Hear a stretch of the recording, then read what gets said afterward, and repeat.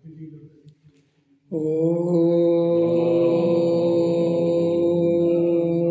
नमः सिद्धेभ्यः। ओम नमः सिद्धेभ्यः। ओम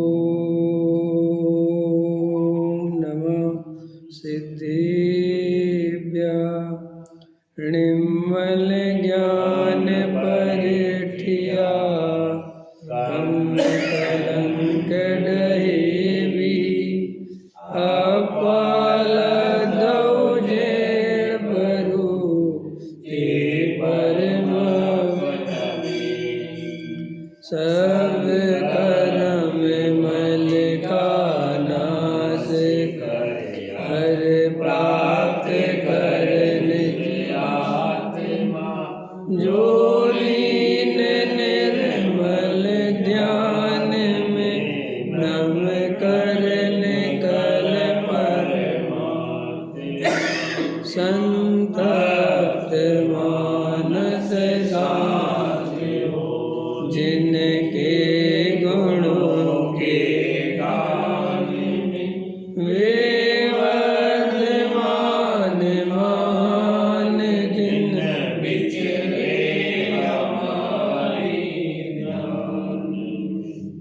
योग सार प्रवचन है। गाथा अपनी 14 प्रारंभ हो गई है ना। गाथा पाठ करो, 14 गाथा पाठ करो। से ही बंद हर मोक्ष वे परिणाम से यह जान कर परिणाम को पहचानिए। लोग क्या कहते हैं आचार्य कि परिणामों से ही बंध है वह मोक्ष है।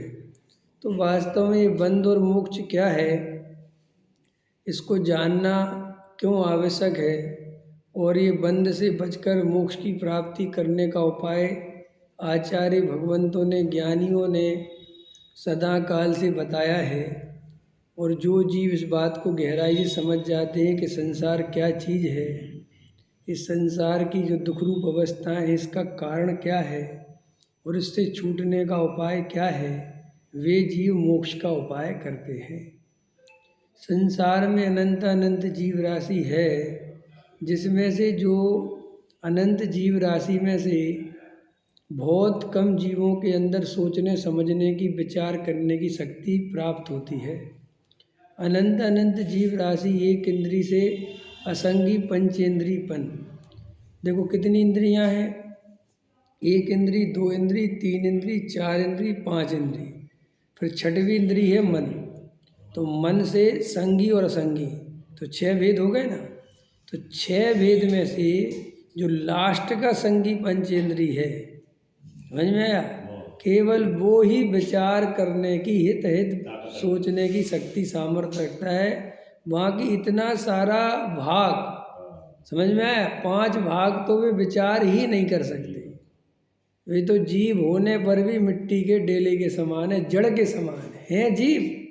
सारा दुख भोगते हैं, तकलीफ भोगते हैं, परेशान होते हैं, भूखे प्यासे जन्म मरण होता है। लेकिन उन विचारों को, ये मेरा दुख क्यों है, ये जन्म मरण क्या है, ये ना उनने सुनने समझने मिलता है, ना उनमें शक्ति है। तो सोचो हम उन सब जीवों से छट के निकल के यहाँ तक पहुँचे। पहले तो यही बात सोचने लायक है कि भाई हम क्या चीज़ है, समझ में आया कि नहीं आया। फिर उसमें भी वो कहते हैं कि जो संगी पंचेंद्री जीव हैं उनमें से अधिकतर जीव तो केवल अपने 2 टाइम की रोटी जुटाने की व्यवस्था में ही बेचारा अपना जीवन खो देते हैं। फिर उसमें से जो देवगति वाले जीव हैं, जो मिथ्या दृष्टि हैं, वे भोगों की अति होने के कारण, अति अनुकूलता होने के कारण, उनको विचार करने की शक्ति होने पर भी उनको विचार करने का समय नहीं, क्योंकि भोग इतने हैं। जैसे अभी नरेंद्र मोदी है उससे कहो जन्म मरण है, सुख दुख है, वो कहते यार बकवास बंद करो। अभी तुम ये बताओ चुनाव कहाँ है, आया समझ में?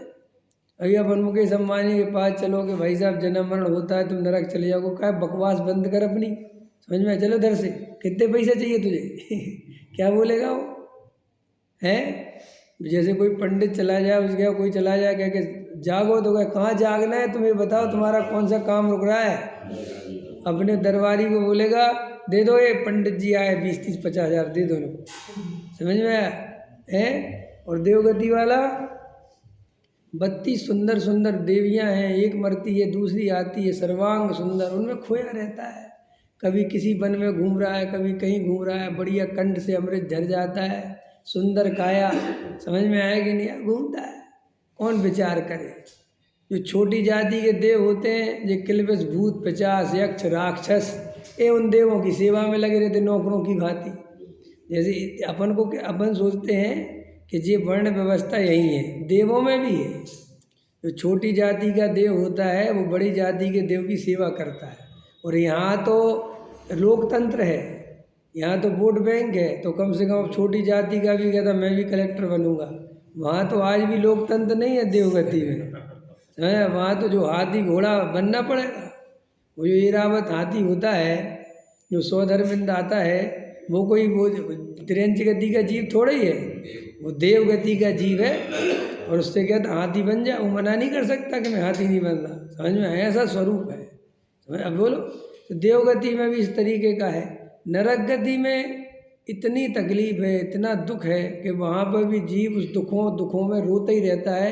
जैसे देखो किसी का बच्चा मर जाता है तो इतना दुखी है, रोता रहता है, रोता रहता है। कल हमारे मोहल्ले में एक बच्चा मर गया, बच्चा क्या जवान लड़का था 25 साल का, मर गया।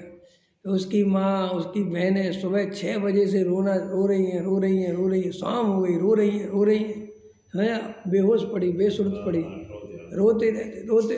और वहाँ उसको कौन समझाए कि तुम जीव हो, कि तुम क्या होगे, वो कौन सुनने इतनी। जैसे देव गति में दुख भोगता है बहुत। तो ये देखो कितना रेयर है ये। मनुष्य गति में भी बेचारे ये वर्ण व्यवस्था है, अजैन में जन्म ले लिया किसी ने, जैनों में भी जन्म ले लिया, और जो दुनिया की जो व्यवस्था है चकाचौंध है। कोई पैसे वाला बन गया, कोई क्रूप बन गया, कोई सुंदर बन गया, कोई स्त्री बन गया, कोई पुरुष बन गया, जबकि जीव का भी स्वरूप होता नहीं, लेकिन ये सब पर्याय धारण करता है। तो उनके काम इतने हैं कि वहाँ पर वो मैं कौन हूँ, मेरा क्या स्वरूप है, सुख दुख क्या है, जन्म मरण क्या है, ये संसार क्या है, मोह क्या है, ये संयोग क्या है, ये वियोग क्या है, कुछ विचार करने की फुर्सत नहीं। और वो थोड़ा सा सुख मिल जाए, रोटी मिल जाए, पत्नी बच्चे मकान दुकान, इनमें लगा रहता है। बहुत सारी आबादी तो गरीब होती है, 100 में से 90% आदमी तो गरीब ही होता है बेचारा, माने वो रोटी की व्यवस्था करने में लगा रहता है। अब 10% में तुम्हारी राजनीति भी है, बड़े आदमी भी हैं, पैसा भी है, मान आदिक है, इसमें चले जाते हैं। बचता ही कहाँ है ये आत्म कल्याण वाला जीव, भेद ज्ञान करने वाला जीव, स्वपर को पहचानने वाला जीव, बंध और मोक्ष को पहचानने वाला जीव कितना कम है। अब उसमें समझ लो अपन है, जो अपन विचार करने की शक्ति भी लेके बैठे हैं, और विचार करने का प्रवचन भी मिल रहा है, और लौकिक अनुकूलता भी है। न अपन के साथ नरकों जैसा दुख है, न स्वर्गों जैसी अनुकूलता है, और ना यहाँ पर बहुत गरीबी है, न बहुत अमीरी है। लोग कहते हैं ना मिडिल क्लास सबसे बुरा, मिडिल क्लास सबसे बढ़िया होता है।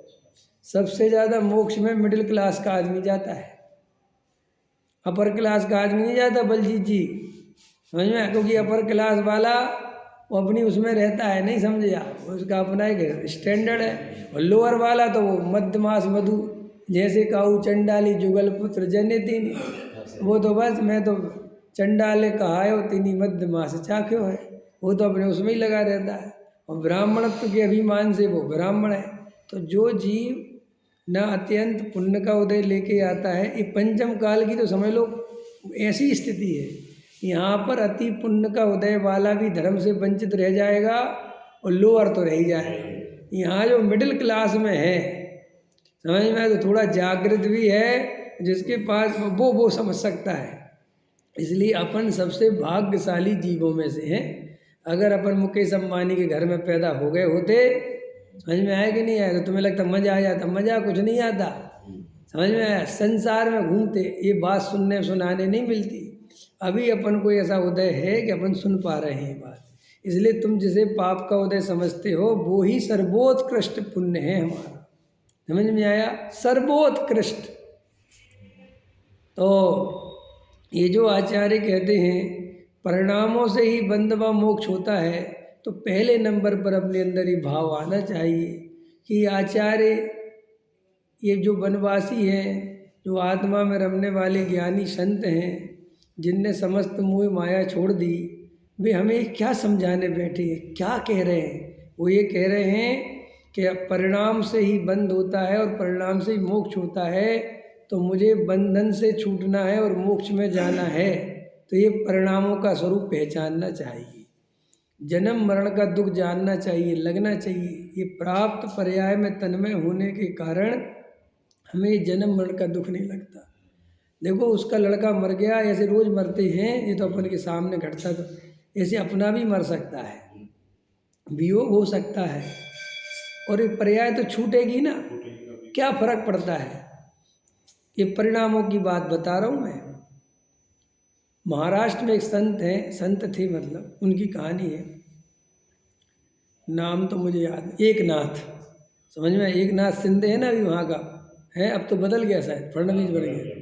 तो एकनाथ के नाम से एक साधु महाराज थे, तो उनके पास एक आदमी रोज आता था, समझ में, और प्रश्न पूछता था, बातचीत करता था, सत्संग करता था। एक दिन बड़े उससे आया वो कि आज तो मैं अपने मन की बात पूछ ही लूँगा, है नहीं? तो बोला मैं आपसे एक बात कहना चाहता हूँ, पूछना चाहता हूँ, बहुत दिन से मैं उसको टाल जाता हूँ मन में, लेकिन मन बहुत करता है पूछ लूँ। बोले पूछो पूछो। बोले आप एक बार बताओ, आप बाहर से तो बहुत संत दिखते हो, समझ में आया? अंदर से संत हो के नहीं। समझ में आया कि नहीं आया? आप बाहर से तो बड़ी अच्छी अच्छी बातें बताते हो, लेकिन ये बातें आपके अंदर हैं कि नहीं? समझ में आया? आप हमें तो बहुत आत्मा समझाते हो, आपको आत्मा की श्रद्धा है कि नहीं? ऐसा समझ में आया? ऐसा प्रश्न पूछा। या आपको कोई पाप परिणाम नहीं आते क्या? विषय कसाय के परिणाम नहीं आते क्या? है, बताओ। तो उन्होंने कहा ये छोड़, अभी एक बात सुन। आज मैंने ध्यान लगाया था और आज मैंने ये देखा है कि 7 दिन बाद तेरी मृत्यु हो जाएगी। क्या पूछे? क्या कहा? नेट आज से 7 दिन बाद तेरी मृत्यु हो जाएगी। ये बात मैं भूल जाता, इसलिए मैंने पहले बता दी। अब पूछ, तुझे क्या पूछना है? तो उसने कहा मुझे कुछ नहीं पूछ रहा। समझ में आया कि नहीं आया? अरे अपनी मृत्यु की बात सुनी तो ये क्या पूछ रहा? समझ में आया? तो बोले अब मैं तो जाता हूँ। अरे कहाँ जाते हो? बैठो ना, प्रश्न पूछो ना। नहीं नहीं, मुझे कुछ नहीं पूछना। और एकदम बेचारा ढीला हो गया शरीर, क्योंकि वो बहुत बड़े संत थे, उनकी वाणी कभी खाली नहीं गई, उनने से जो भी बात बोली वो होता था। वो तो एकदम घबरा गया, डर गया और एकदम उल्टे पैर भागा, चला गया। वो घर में एकदम जो है पड़ गया, समझ लो। तो वो घर वालों से कह दिया मैं 7 दिन बाद मरने वाला हूँ, सबसे क्षमा उत्तम क्षमा। जैनी था ना है, समझ में आएगी नहीं आया? और सबसे क्षमा वमा मांग के पड़ गया वो, तो भाई अब मरना है, और राम राम जय जिन्हें जो करने लगा है। अब 7 दिन, बिल्कुल 7वां दिन आया, और सारे घर वाले रोने बैठ गए कि अब तो मरना है इसको। शाम हो गई, समझ में आया कि नहीं आया? 5 बज गए, तो मरने का इंतजार कर रहे कि बस वो तो मरेगा पक्का है, आज के आज अंत हो जाएगा। एक नाथ जी आ गए, समझ में आया कि नहीं आया? शाम को उसके घर पे, अरे बोले बाबा जी आ गए, बाबा जी आ गए। और वो पहुँचे, बोले हाँ भाई। बोले अब आप कुछ मत कहो, बस अब तो जा रहा हूँ, कुछ अच्छी बात सुना दो। अरे बोले उठ के बैठ जा। समझ में आया? बोले वो प्रश्न तो पूछ ले बोले वो ये काय मरते हुए आदमी से आप ऐसा मजाक करते हो? आपको कौन सा प्रश्न, काय का प्रश्न? अरे बोले तू बहुत सारे प्रश्न तेरे मन में। बोले कुछ भी प्रश्न नहीं है, सब खत्म हो गए, कुछ नहीं पूछ रहा मुझे। समझ में आया कि नहीं आया? आपको कोई बात अच्छी बता दो, मरते समय मेरी गति सुधर जाए। उनने कहा भाई सुन, तू मरने वाला नहीं है, मैंने ऐसे ही बोला था, तू नहीं मरने वाला, उठ के बैठ जा, डर मत, नहीं मरेगा तू। तो एकदम उसको थोड़ी चेतना आई। समझ में आया कि नहीं आया? तो बोले साहब आपने ऐसा क्यों बोला? बोले तेरे प्रश्न का जवाब दिया तो दूसरा प्रश्न पूछा था ना कि आपके परिणाम कैसे चलते हैं। तो बोले तेरे कैसे चले 7 दिनों में? बोले साहब कुछ नहीं चले।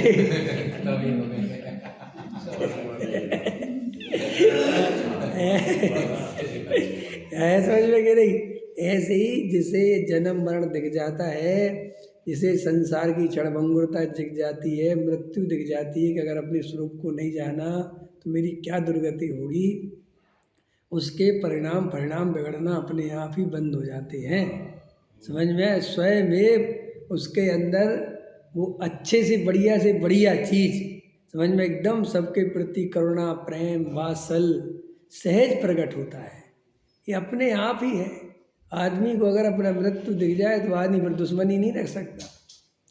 समझ में? उसको फिर कसाई नहीं रह सकती। किस बात की कसाई? किससे कसाई? मैं जा ही रहा हूँ, उससे फिर संपत्ति की बात करोगे, लो तुम्हारे मकान दुकान है, वो कहते आग लगा दो, क्या फर्क पड़ता है, अब तो मैं चला।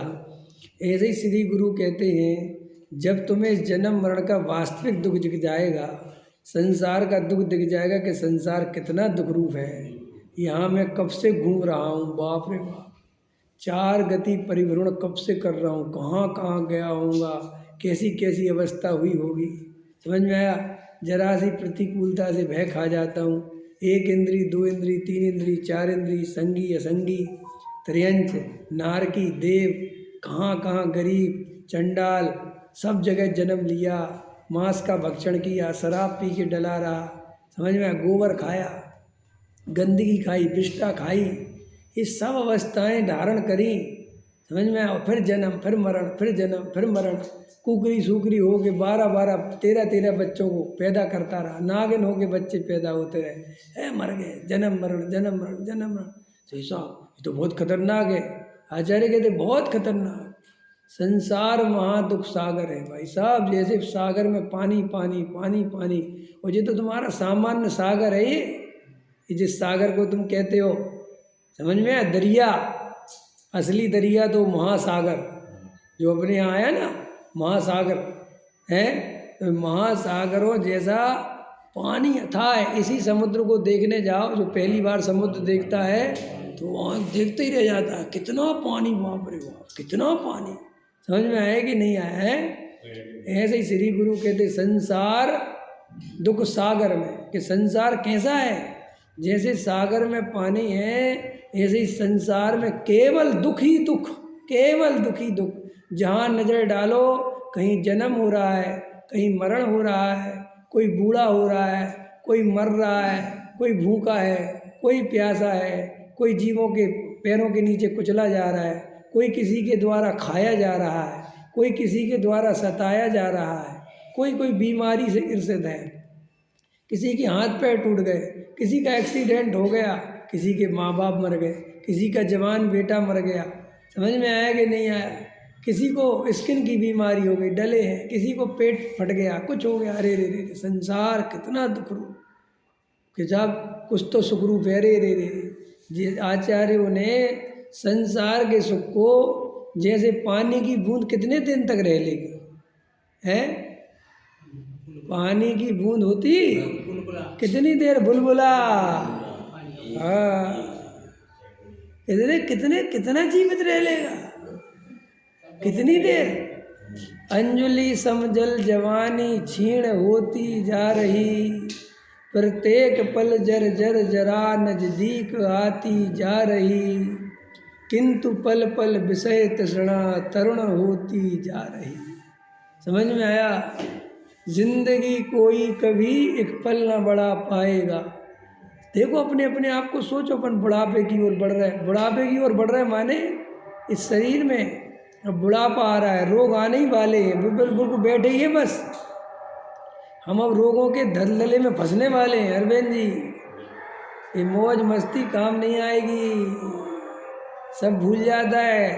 अभी उसके मन में बहुत प्रश्न आ रहे थे ना, हैं? बहुत प्रश्न उठ रहे थे उसके मन में, ये करेंगे, वो करेंगे, वो पूछेंगे, वो पूछेंगे, और जब मौत की खबर पड़ी तो सब रह गया। ऐसे अपन को भी अभी ऐसा लगता हम तो जिंदा, अभी थोड़ी मरने वाले, अभी कुछ होने वाला, थोड़ी आएगा बुढ़ापा, अभी तो नहीं आता। पागल मत बन। समझ में आया? ये समय जब जाएगा, ये भाव जाएगा, तब समझ में आएगा मैंने कितना अवसर था, कितना जीवन था, ये जन्म मरण का नाश कर सकता था, आत्मा का अनुभव कर सकता था।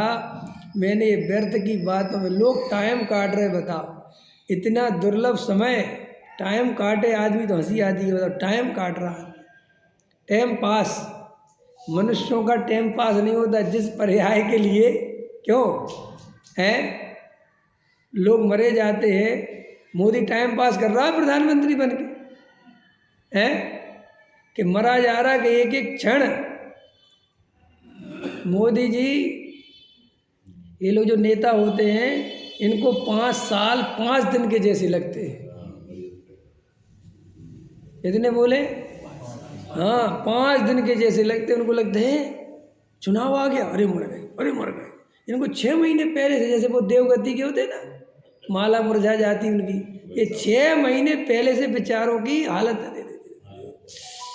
सबसे कहते कैसे करके चुनाव जीतना है, सब शराब बंटवानी पड़े, बंटवा शराब बंटवा, मांस मदरा जो करना कर, साहब मर्डर करना कर, समझ में आया कि नहीं आया, सब बम मिला कर, लेकिन मुझे जिता, मैं मर जाऊंगा कैसे भी करके, कुछ कर तू। ये दशा है ये, क्योंकि उसे उस पद की, उस पर रहने की बहुत इच्छा है। बहुत उसको मरा जाता कि बड़ी मुश्किल से बनते प्रधानमंत्री, बड़ी मुश्किल से बनते मुख्यमंत्री, लेकिन तुम्हें पता नहीं है बड़ी मुश्किल से बनते हो मनुष्य। मनुष्य लगता है मिट्टी गुरा ऐसे हो गए पैदा। अरे पता है तुम कितनी कीमत चुका के मनुष्य हुए हो? 84 लाख योनियों में धक्के खा खा के क्या क्या है, ऊँट बलद भैंसा होगे, सुकरी कुकरी होगे, समझ में आया? क्या महाभाग, कौन सा पुण्य पक के यहाँ आता है जी, और यहाँ ताश खेल रहा, समझ में आया? टाइम पास कर रहा, क्या कर रहा?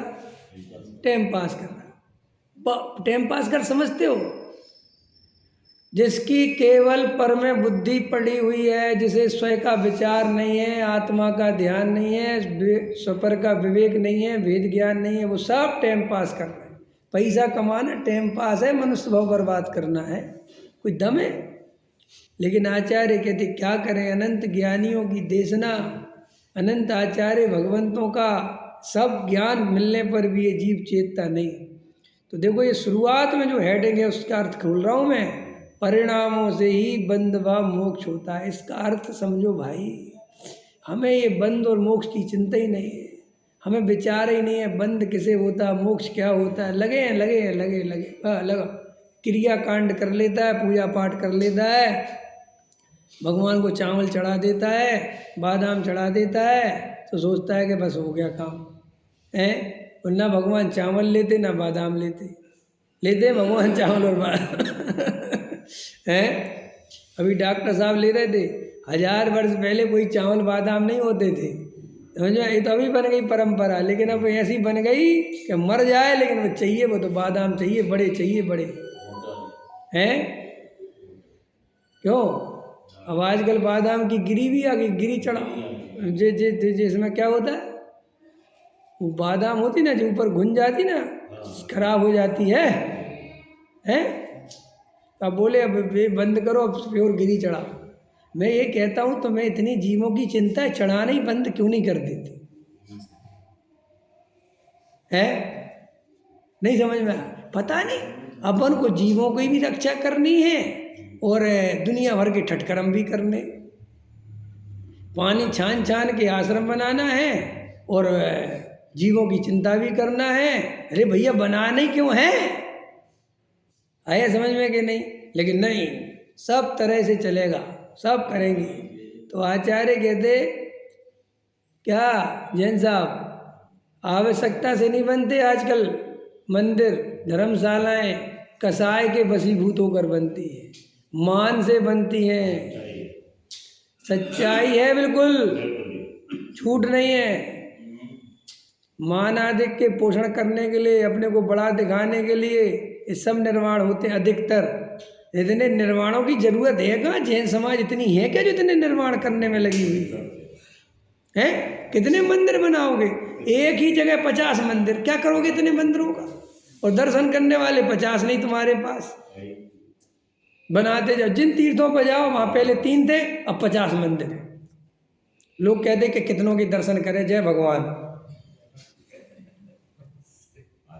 हाँ, नहीं नहीं होता। तो ये हो क्या रहा है? बस अपने अपने मान के लिए बनते, कसाई के लिए बनते, और काय के लिए बनते, इनका कोई प्रयोजन है नहीं साहब। जितने बन जाए, आपको पता नहीं, आप ऐसा बोलते आपको पाप लगता होगा। अनुमोदना तो करनी चाहिए। और एक बीमारी डाल दी अपने अंदर, समझ में आया कि अनुमोदना के नाम पे तुम कुछ भी करो, हम तो अनुमोदना करेंगे, हमें तो पुण्य लगेगा। तो अपन सत्य नहीं बोलते बिल्कुल भी। अपन तो कहते चलने दो वहाँ पे 10,000 भगवान विराजमान हो रहे, होने दो, अच्छी बात है, होने दो। अच्छा, कौन उनके देख रेख करेगा, क्या होगा, उससे हमें कोई मतलब नहीं। हम तो पुण्य कमा के आए। पुण्य कमाना कि नहीं कमाना है? देखो क्या कहते, परिणामों से ही बंध व मोक्ष होता है। ये बात समझ में आई नरेश जी? बंद नहीं करना, मोक्ष का उपाय करना। तो बंद कैसे होता है? देह आदि में एकत्व बुद्धि करने से, पर द्रव्य को अपना मानने से, कर्ता कर्म बुद्धि करने से, पर द्रव्य के कर्ता भोक्ता बनने से, दया दान पूजा भक्ति में धर्म मानने से, अपने को शरीर रूप अनुभव करने से, अपने को रागादि रूप अनुभव करने से जीव को निरंतर संसार का बंध होता है। और मोक्ष कैसे होता है? देह आदि से भेद ज्ञान करके, संयोगों से भेद ज्ञान करते, कर्ता कर्म की बुद्धि छोड़कर, पुण्य में धर्म बुद्धि छोड़कर, अपने त्रिकाली ध्रुव ज्ञायक भगवान आत्मा का अनुभव करने पर जीव को मोक्ष होता है। और ये दोनों काम आप करने में स्वाधीन हो। इसके लिए किसी पंडित की, किसी महाराज की, किसी धर्मशाला की, किसी की जरूरत नहीं। समझ में आया कि नहीं आया? आप स्वयं इस बात का अनुभव कर सकते कि नहीं? अरे कर सकते कि नहीं कर सकते? तो वह करो, ये धर्म है। नहीं, शंकर जी की वंदना तो करे आए, श्रीफल तो चढ़ाया पारसनाथ को। आज मोक्ष कल्याणक है पारसनाथ का, है? हो गया कि नहीं हुआ है? पारसनाथ का मोक्ष कल्याणक कब है? हो गया, ठीक है। तो अपन तो बिना कल्याणक के भी तो कल्याणक मनाते ना, हैं? तुम रोज बना लिया करो पार्श्वनाथ का, जल्दी मोक्ष पहुंचाएंगे। हाँ, बनेंगे कि नहीं है? उस दिन तो होगा ना पार्श्वनाथ का। तो बस भगवान को गोला चढ़ाएंगे कि नहीं? भाई साहब, शिखर जी में पंचकल्याण और शिखर जी में पार्श्वनाथ, अपन तो जरूर जाएंगे। समझ में आएगा नहीं? ये कहता है कि मुझे मोक्ष मिल जाए। किस लिए मोक्ष मिल जाए तेरे? क्या किस बात से मोक्ष चाहता है? तेरी मनमानी चलेगी? तेरे घर का है मोक्ष, ये तू चाहे तो मिल जाए। कैसे मिल जाए? अरे भैया, अनुभव तो कर। क्या कहते आचार्य, क्या गजब गजब समझाते। आत्मा का अनुभव कर, इससे इच्छा निरोध तप होता है। आत्मा का अनुभव करने से बंध रुकता है। आत्मा का अनुभव करने से मोक्ष। और आत्मा तो स्वयं है, तो स्वयं का अनुभव करने के लिए स्वयं में जाना है, दूसरे के दरवाजे थोड़ी जाना है। तो धर्म सरल है कि कठिन? सरल है। समझ में आया? लेकिन पहले बंध और मोक्ष का दुख तो लगे, ये बंधन की तकलीफ तो लगे, ये संसार दुख रूप तो लगे, असार तो लगे। दूसरे के दुख से दुखी होता है। अरे बेचारे का बेटा मर गया। आचार्य कहते खुद की देख, खुद की देही दशा है। ये उदाहरण इष्टोपदेश में दिया बहुत बढ़िया, कि जैसे पेड़ पर कोई बैठा हो और जंगल में आग लग गई और उसका पेड़ अभी आग में नहीं लगा, तो वो देखो उधर आग लग गई, देखो साहब उधर आग लग गई, देखो वो मर गया, देखो वो जल गया। ये नहीं सोचता कि थोड़ी देर बाद तू भी जलने वाला है। ऐसे अपन संसार के दूसरों के दुखों देख देख के अरे रे बेचारा, अरे रे बेचारा, अरे रे बेचारा, अरे रे, अरे भाई कुछ देर में तू बेचारा होने वाला है। जिन पे तू करुणा कर रहा है, अभी सब मिलके तेरे पे करुणा करेंगे। आया समझ में कि नहीं है? क्या करें? विचार करे तो समझे।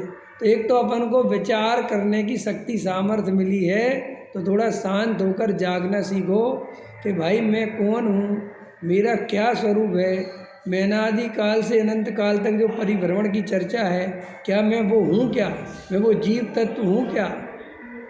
जी, जो 4 गति के जीव दिखते हैं, त्रयंच गति के जीव दिखते हैं, ये जन्म मरण करते हुए जीव दिखते हैं, ये सब बेचारे जीव कौन हैं? ये कहाँ से आते हैं?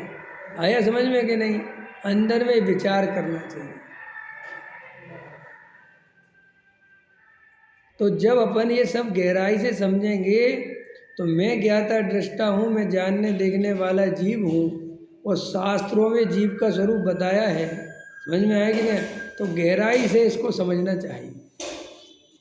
देखो, परिणामों से ही कर्म का बंध कहा गया, वैसे ही परिणामों से ही मोक्ष को जान। हे आत्मन, हे आत्मन, हे आत्मन माने किसका संबोधन है? ये अपन है, वो आत्मन अपन है, कोई दूसरा नहीं। हे आत्मन, मैं। समझ में? ऐसा समझकर तू उन भावों को पहचान। कौन से भावों को पहचान? कि उनमें 2 तरह के भाव हैं। एक तरह का भाव बंध का कारण है और एक तरह का भाव मोक्ष का कारण। तो तू उनको पहचान। अब इनमें से जब पहचान हो जाए तो अब तू डिसाइड कर कि तुझे बंध को प्राप्त होना है या मोक्ष को प्राप्त होना है। समझ में आया कि नहीं आया? क्योंकि संसार में जब तक बंध है तो तू संसार से बंधा रहेगा, और संसार का जो दुख है वो तुझे मिलेगा। समझ में आया? तो अगर तुझे वास्तव में दुख लगा हो कि अब मुझे नहीं बनना, ये सब अब नहीं देखना मुझे, तो आत्मा का अनुभव कर। तो देखो क्या कहते, भगवान सर्वज्ञ देव त्रिलोकीनाथ तीर्थंकर परमात्मा ने परिणामों से ही बंध मोक्ष कहा है। जीव की हिंसा से, दया से बंध नहीं होता। समझ में? क्यों नहीं होता साहब? क्यों नहीं होता? जीव हिंसा कर ही नहीं सकता। समझ में? एक द्रव्य दूसरे द्रव्य का करता ही नहीं है तो हम किसी को मार कैसे सकते? ये तो लॉजिक है ना भाई। एक द्रव्य दूसरे द्रव्य का करता हो तो कोई किसी को मार सकता है? कोई किसी को मार नहीं सकता। मारने की कल्पना कर सकता है। समझ में आया? उस कल्पना से बंध है। मरा तो वो अपनी योग्यता से, तो लिख के ले लो तुम। समझ में आया कि नहीं आया? लेकिन मैंने मारा, ये मान्यता, मैं मार सकता हूँ, ये मान्यता, ये असली बंध का कारण तो ये है। इसलिए तू ये मत सोच के जीवों की हिंसा छोड़ दूंगा तो मोक्ष चला जाएगा। वो तो तू कर ही नहीं सकता, तो उसको छोड़ने से धर्म कैसे हो जाएगा? समझ में आया कि नहीं? कई लोग अपने को धर्मात्मा मानते हैं कि हम ऐसा आचरण करते, हम ऐसा करते, हम ऐसा करते, हम ऐसा करते। यही मिथ्यात्व है। मैं जीवों को बचाता हूँ। देखो, एक गाथा है मूल में कुंद कुंद देव की, मैं बचाता हूँ या मैं मारता हूँ। ये मान्यता जब तक है, अज्ञानी तब तक है। बोलो, मैं जीवों की रक्षा करता हूँ, करते हो कि नहीं करते हैं राजेश जी? अपन जीवों की रक्षा करते कि नहीं करते? बोलो हाँ या ना। अरविंद जी बताओ। जैन साहब? होती है। हैं? होती है। अरे देवेंद्र जी बताओ, जीवों की रक्षा करते कि नहीं करते हो? हैं? करते हैं। हाँ, बचाने वाले मानते हैं अपने आप को। हाँ, होती नहीं। तो एक बात बताओ, बोले साहब इस सिगरेट पीने से कैंसर होता है। तो बोले पीते क्यों? बोले हमें पता है लेकिन फिर भी पीते हैं। ये क्या बात? अरे भैया, ये मान्यता छोड़ो ना। क्यों क्यों क्यों नहीं छोड़ना? क्यों डरते हो? छोड़ दो। नहीं, आज से नहीं बात ये मानेंगे कि हम बचाते हैं किसी को। जिनको बचना होगा बचेंगे, हम नहीं बचाते। समझ? हम मारने बचाने वाले हैं ही नहीं। इसमें क्या दम है?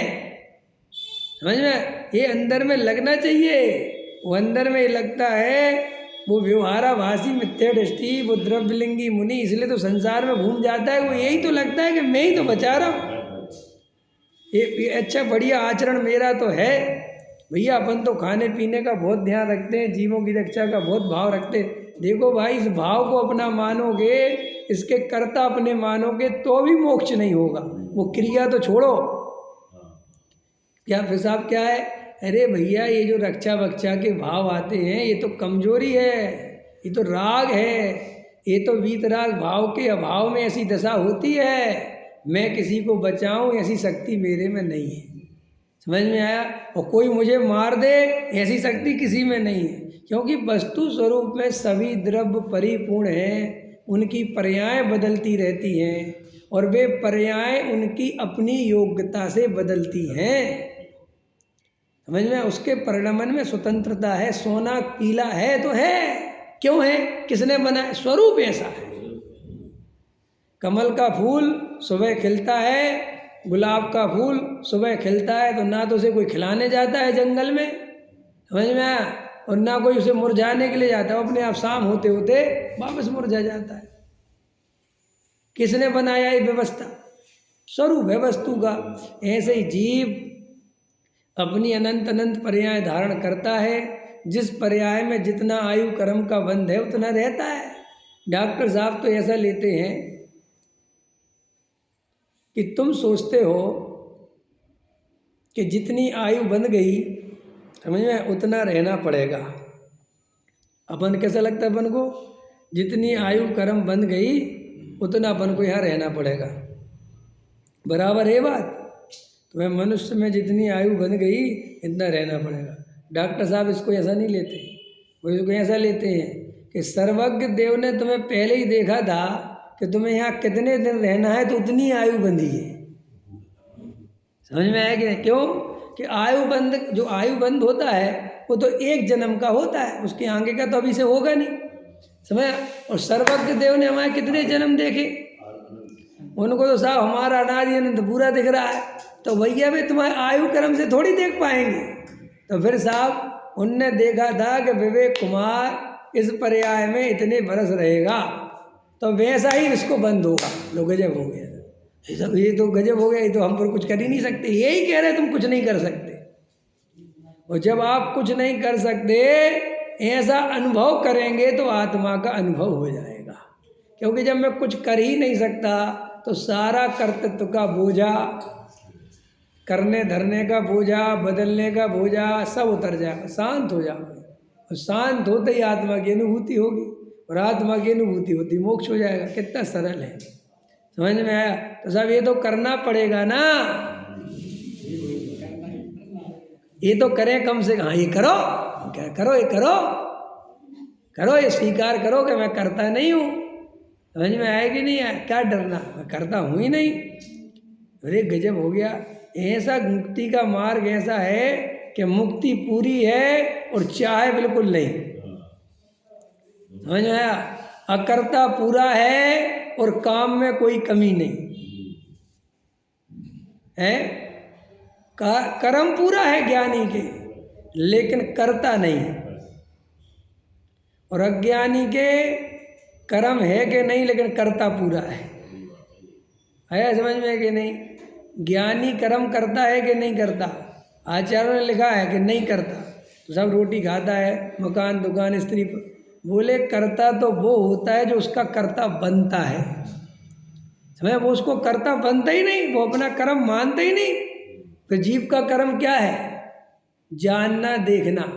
कर्म का अर्थ होता है, जैसे कहते ना हमारे ये कर्म है, हमने ये किया, हमने ये किया। आचार्य कहते तूने आज तक जानने देखने के अलावा कोई दूसरा कर्म नहीं किया, समझ में? बाकी का कर्म तो अपने आप हुआ है, और तू मिथ्या दृष्टि होने के कारण उसका कर्ता मान के नया नया बंद करता है। ये सजा है, लोक में भी सजा है। देखो चोर चोरी करके आवे, रात के 2 बजे चोरी करी उसने और पकड़ा गया, तो वो अदालत में ये कहे कि साहब चोरी करना कोई मजाक नहीं है, आप सजा नहीं दे सकते हैं। कि क्यों? रात के 2 बजे आप में दम है चोरी करने की? मैंने कैसे करी आप मेरी ये तो देखो। रात के 2 बजे सबको मैंने झांसा दे के कैसे घुसा मैं घर में, खिड़की तोड़ी, समझ में? हिम्मत का काम है। और वो माल मैंने वहाँ से निकाला, समझ में? तिजोरी का कोड वर्ड पता करके। आप क्या समझ रहे? आप करके दिखाओ ये चोरी। अरे भाई तू पागल है क्या? ऐसी बातें करने सजा कम हो जाएगी? सजा है ही इस बात की कि तूने परद्रव्य के ऊपर अपना हक क्यों जमाया। आया समझ में कि नहीं? लोक में व्यवस्था है ऐसी, लोक की व्यवस्था ये लोक में है कि जब पुद्गल का स्वामी पुद्गल था कि नहीं साहब मैंने पुद्गल को नहाया धुलाया, उसका ध्यान रखा, तो क्यों रखा? तुमने क्यों उसे अपना माना? आया समझ में? कि नहीं साहब मैंने भोजन कराया, अरे भैया वो उसकी योग्यता से हुआ है सब, लेकिन तू भ्रम में कर्ता बन बन के चार गति में घूमता है। हमें अपन को लगता है शरीर है तो ध्यान तो रखना ही पड़ेगा। अरे शरीर अपना ध्यान खुद रखता है, किसी बात करें, हाँ वो रखता है। कैसे रखता है? अच्छा आप सोचते हो तो भूख लगती है, कि भूख लगती है तो आपको पता चलता है? बोलो सरदार जी। नहीं, आप भूख लगा लिया करो, शरीर का ध्यान रखा करो। है तुम अपने शरीर में बताओ ना कि भाई तुम्हारे सोचने से क्या, भाई वो तो अपनी उसकी जो आवश्यकता है वो अपना इंडिकेटर अपना भेज देता है कि भाई ये चाहिए। अपनी वो किडनी होती है कि नहीं, क्या होती, कौन सी वो चीज़ें होती, उसमें बाथरूम भर गया तो वो अपने आप लग जाती कि भाई बाथरूम करने जाओ, उसको बाहर निकालो। तो तुम क्या करते हो? जानते हो, वो तो अपने अपने हिसाब से अपने अकॉर्डिंग वो अपना पूरा मेंटेन करके चलता है, लेकिन तुम उसमें ज़बरदस्ती बाधाएं डाल डाल के डिस्टर्ब करते रहते हो। आया समझ में कि नहीं? तो मैं परद्रव्य का कर्ता नहीं हूँ, मैं परद्रव्य का ज्ञाता हूँ। तो वो जो राग की पर्याय है, वो जो विकल्प है, वो तो जीव का है कि नहीं? सुनो भाई, वो विकल्प जीव का विकार है, एक समय की पर्याय का, और मैं वो पर्याय नहीं हूँ, मैं ध्रुव तत्व हूँ। वो पर्याय में जो विकार है, उस पर्याय के विकार का और उस पुद्गल के द्रव्य का निमित्त नैमित्तिक संबंध है, मेरा नहीं है। इस बात को गहराई से समझना आप। जैसे मेरा लड़का कर्जा ले आया किसी से, और कोई मेरे पास पैसे मांग रहा, तो क्या कहते, भैया हमने नहीं लिया तुमसे कर्जा वर्जा। समझ में? क्या भाई साहब आपके लड़के ने लिया, आया समझ? लेकिन रियल में मेरा कोई कर्जे से डायरेक्ट संबंध नहीं है। मेरा संबंध तो मेरे ऊपर तो आरोप इसलिए लगाया जा रहा है कि वो लड़का मेरा है, बाकी मैंने तो उसका 1 रुपया टच नहीं किया, मुझे तो पता ही नहीं कहाँ खर्च करके आ गया। आया तो लोक में है ना, ऐसे ही पर्याय और दूसरा द्रव्य, उनके आपस में भले ही निमित्त नैमित्तिक संबंध हो, जो त्रिकाली ध्रुव है उसका किसी से कोई संबंध, और वो मैं हूँ, ऐसा अनुभव करना सम्यक दर्शन है, ऐसा अनुभव करना सम्यक ज्ञान है, और ऐसा अनुभव करते रहना सम्यक चारित्र है। कठिन है कि सरल? बिल्कुल सरल है धर्म, लेकिन अपने अज्ञान से, इतने उपदेशों से जबरदस्ती दिमाग लगा लगा के कठिन बना लिया। धर्म तो सरल है। तो देखो क्या कहते, जीव की हिंसा से, दया से बंद नहीं, पर वस्तु के आश्रय से बंद नहीं। लो साहब, पर वस्तु के आश्रय से तो होता होगा ना, कोई आश्रय फाश्रय, जीव और शरीर एक, शरीर एक उसमें रहते हैं, लेकिन उससे कोई बंधन को प्राप्त नहीं होते। समझ में आया? 6 द्रव्य एक आकाश द्रव्य के अवगाहना में रहते हैं, लेकिन इसके कारण वे बंधन को प्राप्त नहीं होते। बंध का कारण साथ में रहना है ही नहीं। समझ में आया? बंध का असली कारण तो साथ में रहने की भावना है। समझ में आया? कोई सा देखो, अपन धर्मशाला में रहते हैं और इतने सारे लोग साथ में रहते, तो बंद हो जाता होगा अपन को बहुत सारा? नहीं होता। और अपनी पत्नी लंदन में बैठी है तो भी वो बंध के कारण को प्राप्त हो रहा है, क्योंकि उसमें एकत्व चल रहा है। तो संयोग से बंध नहीं होता, आश्रय से बंध नहीं होता, उसमें एकत्व, ममत्व, कर्तृत्व, भोक्तृत्व से बंध होता है। तो उसमें ध्यान रखना कि हमारा एकत्व, ममत्व, कर्तृत्व नहीं होना चाहिए। देखो और क्या कहते, भैया इसको कहना तो 5 मिनट रुक जाएंगे, लोग आवाज़ नहीं करें। दया पर वस्तु के आश्रय से बंद नहीं होता, परंतु शुद्ध स्वभाव की सन्मुखता छोड़कर, अब ये देखो असली बंध का कारण क्या कहते हैं, शुद्ध स्वभाव की सन्मुखता छोड़कर जितने भी शुभ अशुभ और मिथ्यात्व भाव रूप, अब ये है बस, अपने स्वद्रव्य को छोड़कर, समझ में आया, पर सन्मुखता जितनी करी, जितना पर द्रव्य में एकत्व ममत्व, ये बंध का कारण।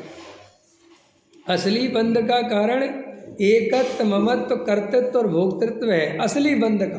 समझ में आया कि नहीं है? बिल्कुल असली।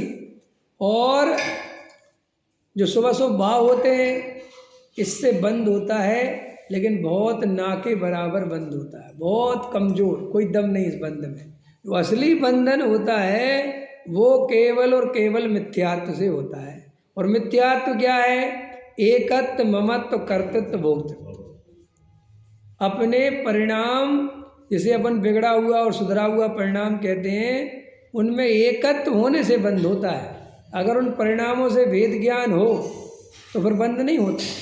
जैसे देखो, भरत जी को 6 खंड के राजा हैं, समझ में, सब कुछ उनके पास भोग सामग्री है, तो भी उसमें एकत्व नहीं होने का उनको बंध नहीं होता, समझ में। वो भोगने का परिणाम है जो, उससे तो बंद होता है, लेकिन बहुत ना के बराबर, कोई अनंत संसार का बंध उनको नहीं होता। और एक द्रव्यलिंगी मुनि है, उसके बहुत बढ़िया स्वभाव है, एकदम A1 क्वालिटी की, तो भी उसे अनंत बंध होता है। ऐसा उसे क्यों होता है? उन परिणामों को अपना मानने के कारण, उसमें एकत्व करने के कारण, शुद्ध स्वभाव का अनुभव नहीं होने के कारण। और भरत जी को उन भोगों के परिणामों के बीच में भी अपने शुद्ध स्वभाव की पहचान है। क्या है? शुद्ध स्वभाव की, अपने ज्ञायक त्रिकाली ध्रुव तत्व की पहचान है।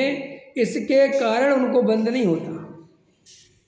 जब कितनी बड़ी बात है, हमें लगता है कि हमारे व्रत नियम आदि नहीं है तो हमें कैसे मुक्ति होगी। आचार्य कहते, अगर तुझे ईमानदारी से अपने शुद्ध स्वभाव की सच्ची पहचान है और उसमें अपनापन है, उसकी रुचि है, तो निरंतर तुझे निर्जरा हो रही है और कुछ काल में मुक्ति हो जाएगी।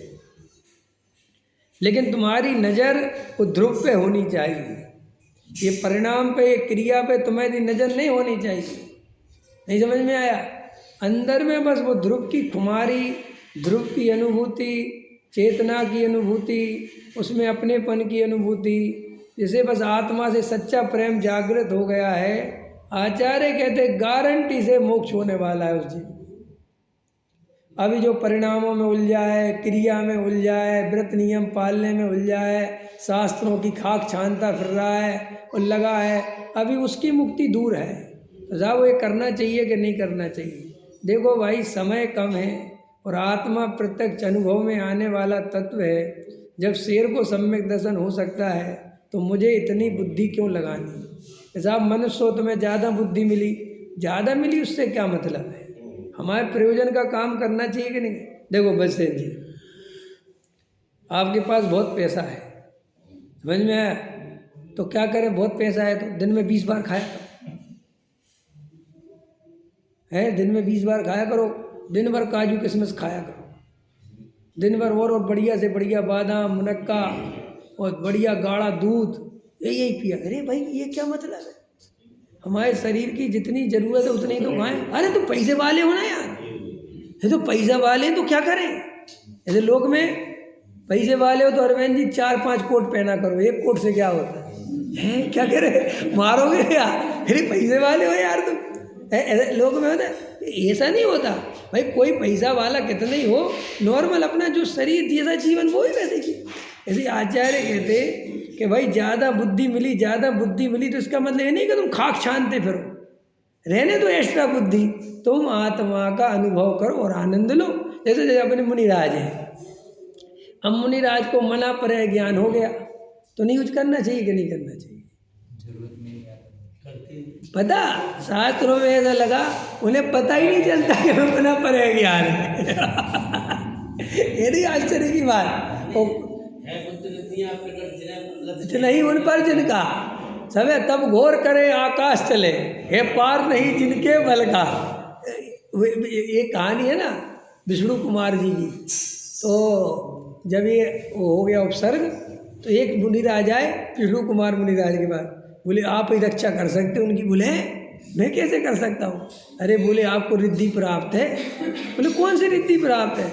बोले आप चाहे जितना शरीर लंबा चौड़ा कर सकते हो और चाहे जितना छोटा कर सकते हो। उनने कहा ऐसा है क्या? बोले हाँ है। तो उनने कहा ये हाथ लंबा हो तो वो हाथ लंबा हो गया, वो इतना लंबा हो गया। अरे उन्होंने कहा है तो यार। तो उन्होंने कहा जाओ। तो ऐसे हमारे मुनिराजों को तो ये रिद्धियाँ ही पता नहीं होती, ये होते वीतरागी संत, समझ में आया? जिन्हें पता ही नहीं कि हमें कौन सी रिद्धि है। और मान के चलो अब विष्णु कुमार जी को पता भी चल गया उदाहरण के लिए, तो अब यूज़ थोड़ी करते फिरेंगे कि चलो अच्छा तो मुझे कुछ पता चल गया। ऐसे ही जैसे किसी मुनिराज को मना पर ज्ञान हो गया और कोई राजा आया और नमोस्तु किया और राजा को योग्य जाना और राजा के मन में प्रश्न आ गया कि महाराज मेरा पूरा भाव बता दो, समझ में आ गया, और उनको अवधि ज्ञान के धारी है, तो राजा को देख के उनने अवधि ज्ञान लगाया और पूरा भाव बता दिया कि तुम पूरा भाव में ये तुम्हारी स्थिति थी। तो अब तुम यही काम करते रहेंगे दिन भर, सबके पूरा भाव जानते रहेंगे? नहीं, बिल्कुल नहीं। इतना भी उपयोग गया तो उसका प्रायश्चित लेते हैं कि इतना भी क्यों यूज किया मैंने। ये केवल ज्ञानी तीर्थंकर होते हैं, जन्म से अवधि ज्ञानी होते हैं लोग, जन्म से, लेकिन ये जिंदगी भर अवधि ज्ञान का उपयोग नहीं करते। सोचो आश्चर्य की बात। और तुम्हें जरा सी CAT कैट की स्पेलिंग याद हो जाए है तो तुम सारी दुनिया को सुनाओगे हमें कैट की स्पेलिंग याद है ये याद है। जरा सी 2-4 गाथाएं याद हो जाएं तो उसका प्रदर्शन करे बिना मानोगे नहीं। एक हमें मिले, हमारे एक मित्र बोले साहब ये अच्छी बात नहीं है, मूछ वाले होके पूछ वाला सम्यक दर्शन लेना चाहते। हमने कहा यार ये तुमने कहाँ से निकाला, मूछ वाला पूछ वाला, कौन से शास्त्र में लिखा कि पूछ वाले का सम्मिशन अलग होता है, मूछ वाले का अलग होता है? भाई हमने तो कहीं देखा नहीं। अरे बोले हम कह रहे हम मनुष्य हैं तो मनुष्यों के हिसाब से सम्मिशन लेंगे। हमने कहा अच्छा मनुष्य के हिसाब से कैसे लिया जाता है? हम पूरा आचरण पालेंगे, नियम पालेंगे, व्रत पालेंगे, संयम पालेंगे, शास्त्र पढ़ेंगे, पूरे शास्त्रों का ज्ञान करेंगे, संस्कृत सीखेंगे, प्राकृत सीखेंगे, समझ में आएगा नहीं, सब विद्वानों को सुनेंगे, तब जाके सम्मिशन लेंगे। हमने कहा ले लो भाई साहब है ऐसी बुद्धि वाले को सम्मिशन हो सकता है? अरे जिसे केवल एक त्रिकाली ध्रुव आत्मा की याद आती हो, जिसे अपने स्वरूप में आनंद आता हो, जिसे पर द्रव पर्याय से वेद ज्ञान चलता हो, जिसे क्षयोपम ज्ञान का रंच मात्र भी रस ना हो, जिसे ये क्रिया कांड में धर्म बुद्धि बिल्कुल ना हो, बस अपने में रहता हो, अपने में अपनापन करके बैठता हो, बस वो सम्यक दृष्टि है। इतना काम है सम्यक दर्शन के लिए। इसमें ना ज्ञान बहुत चाहिए, ना ध्यान चाहिए और ना तुम्हारा क्रिया कांड चाहिए, बस अपनी आत्मा की अनुभूति करना चाहिए। और आत्मा की अनुभूति इसलिए सरल है कि वो स्वयं अनुभूति स्वरूप है, और जो स्वयं अनुभूति स्वरूप है उसकी अनुभूति कैसे कठिन हो सकती है? कठिन हो सकती है क्या? क्योंकि वो ही तो दुनिया का अनुभव कर रहा है, वो ही तो सब कुछ बता रहा है? बोलो साहब, लोक में जो भोजन बनाने वाली महिला है, समझ में आया कि नहीं आया? वो भूखी कैसे रह सकती है?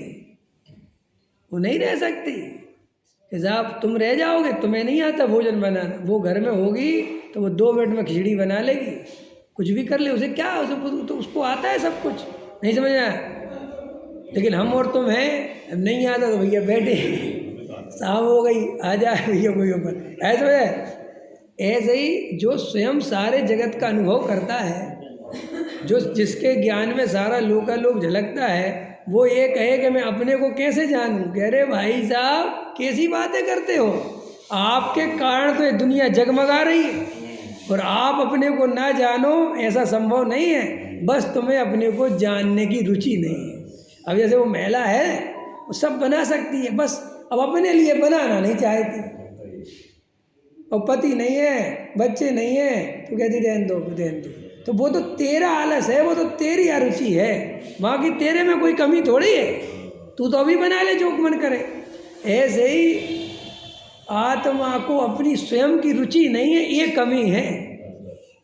आत्मा स्वयं की अनुभूति नहीं करता, ये उसकी कमी है। आलकस है जो बोलना बोलो, लेकिन वो तो अनुभव में प्रति समय आ ही रहा है। समझ में आया कि नहीं आया? अब तुम्हें ही बस, अब क्या कर सकते हैं? तो साहब बहुत अच्छा बता दिया, हम अनुभव करें, करो, बिल्कुल सरल है, बिल्कुल सरल।